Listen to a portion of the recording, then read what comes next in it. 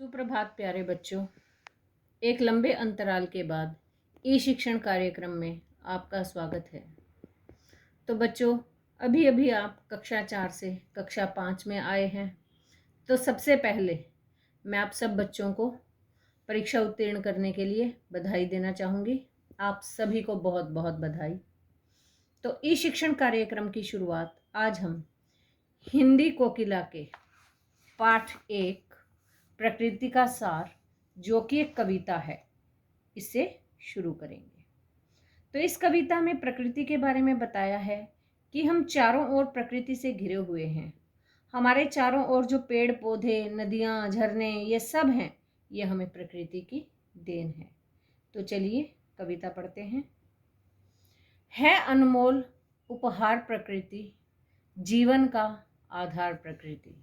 यानी कि जो प्रकृति है वो हमारे जीवन का सबसे अनमोल, यानी कि जिसका आप मूल्य नहीं लगा सकते, वो हमें एक भेंट है, उपहार है। जीवन का आधार प्रकृति, और जो प्रकृति है उसी पर हमारा जीवन टिका हुआ है। अगर प्रकृति ना हो तो हमारा सांस लेना नामुमकिन है। ऐसा इसलिए है क्योंकि जो पेड़ पौधे हैं बेटा, वो ऑक्सीजन छोड़ते हैं और कार्बन डाइऑक्साइड लेते हैं। बट इसके अपोजिट जो ह्यूमन बीइंग हैं, जो हम हैं, मानव हैं, वो क्या करते हैं? ऑक्सीजन लेते हैं और कार्बन डाइऑक्साइड छोड़ते हैं। तो अगर ये बैलेंस ना हो तो हमारा सांस लेना बड़ा मुश्किल हो जाएगा। प्रकृति से हम सब हैं, हम सब से है प्रकृति। यानी कि प्रकृति की ही बदौलत हम सब जो हैं अपना जीवन जी रहे हैं, हम सांसें ले रहे हैं। हम सबसे है प्रकृति और हम सभी से ही प्रकृति है। जैसे अगर आपने एक बगीचा लगा रखा है, पेड़ पौधे लगा रखे हैं, आप उनकी देखभाल नहीं करोगे, उनको पानी नहीं दोगे, तो क्या होगा? पेड़ पौधे मुरझाकर सूख जाएंगे, है ना? फूल कभी नहीं आएंगे, फूलों के पौधे सूखकर बिल्कुल ही खराब हो जाएंगे। तो इसीलिए कहा गया है कि अगर आप ध्यान रखते हैं अपने आसपास एनवायरनमेंट का, प्रकृति का, तो हम सबसे ही वह प्रकृति है। रंगों का संसार प्रकृति, भंवरों का गुंजार प्रकृति। यानी कि जो हमारी प्रकृति है वो रंगों का एक अद्भुत संसार है। कैसे? जैसे पेड़ पौधे, फूल, नदियाँ, पानी, इन सब का अलग अलग रंग है, तो रंगों का संसार हो गया वो।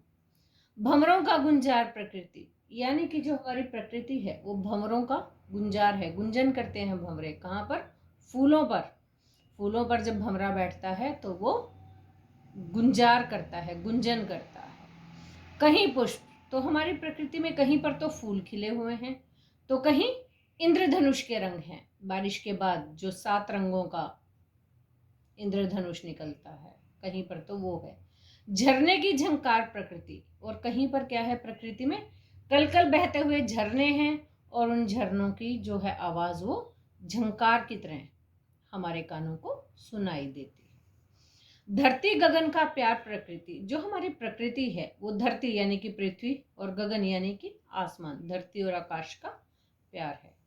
कण कण का श्रृंगार प्रकृति, और ऐसा लगता है कि मानो प्रकृति के कण कण ने श्रृंगार कर रखा हो, ऐसा महसूस हो रहा है। सबके लिए है एक घरौंदा, घरौंदा यानी कि घर, और जो हमारी प्रकृति है वो सबके लिए एक घर है। सबका है परिवार प्रकृति, और जो प्रकृति है वो हम सबका एक परिवार है, यानी कि परिवार की तरह हमारा जो है वो पालन पोषण कर रही है। अब जो आप अनाज खाते हैं वो जमीन में ही उगता है, ठीक है ना? जो आपके फूल, पेड़ पौधे, जो आप फ्रूट्स खाते हैं वो भी आपके बाग में उगते हैं, या कहीं से आप बाजार से लेकर आते हैं, वो भी कहीं ना कहीं उगा रखे होते हैं। तो जैसे परिवार होता है, ठीक है ना, परिवार फैमिली होती है हमारी, मिलजुल कर जो हम रहते हैं पारिवारिक सदस्य, वो फैमिली होती है, परिवार होता है। तो ऐसे ही जो प्रकृति है वो एक परिवार की तरह हमारा पालन पोषण कर रही है। मूल्यों में मूल्यवान प्रकृति, और जो प्रकृति है आप उसका मूल्य नहीं लगा सकते।